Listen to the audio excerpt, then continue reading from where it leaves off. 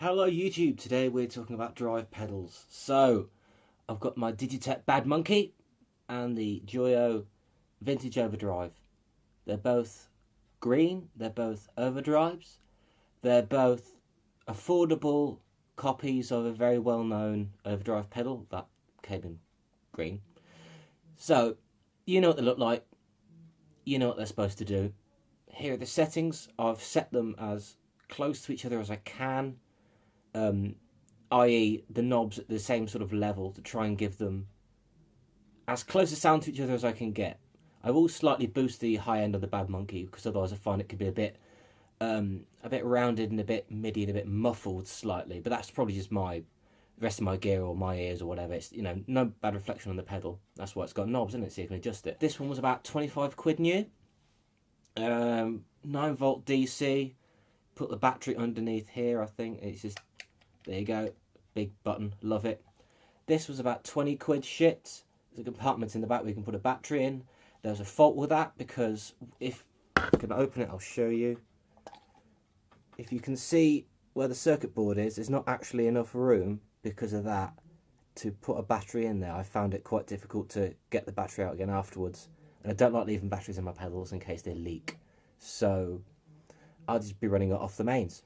Now, one important difference between these pedals is this is true bypass, which means that when it's turned off, the signal doesn't go through the whole circuit. It sort of takes a shorter route, so you don't lose as much high end. Because with long cable runs, there's a capacitance to the cable, which means you lose high end. As you can see, I've slightly boosted the high end on the Bad Monkey because it isn't true bypass, and just to make sure that it isn't a bit muffled. It doesn't do the same thing as having a true bypass pedal. I mean, it doesn't get you back to where you were because you've already taken some high end away, so it will affect the frequencies that hit it differently. It's not the same, but I'm trying to get them as close as I can.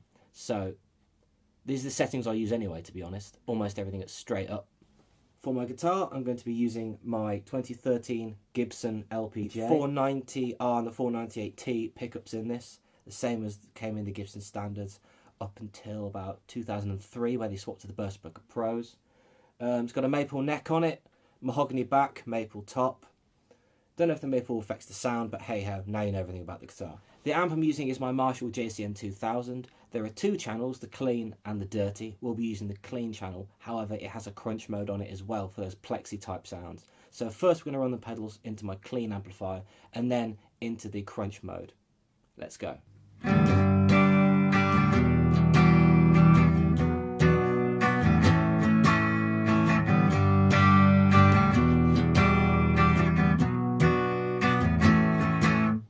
Bad Monkey.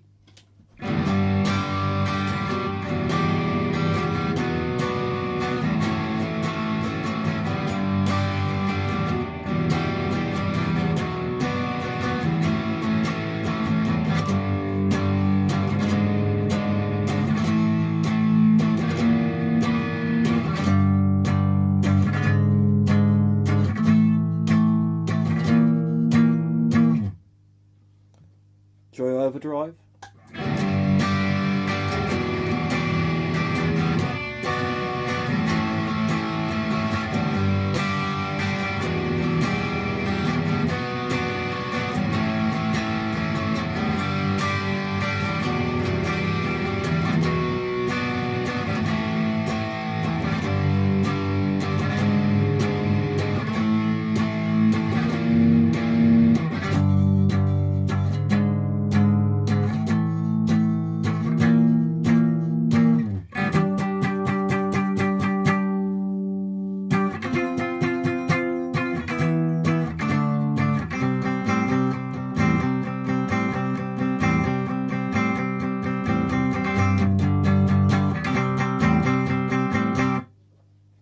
Do the Bad Monkey.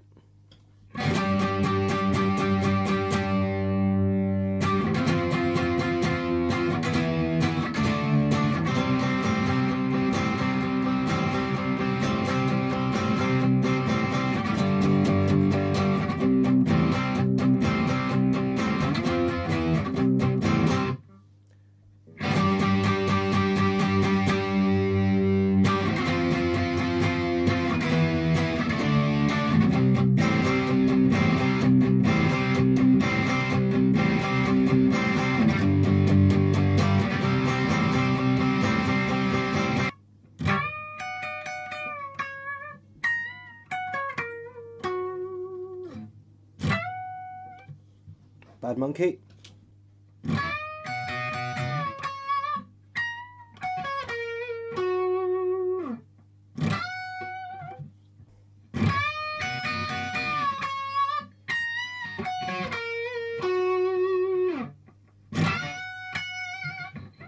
Okay, so we've got a little bit of crunch on the amp.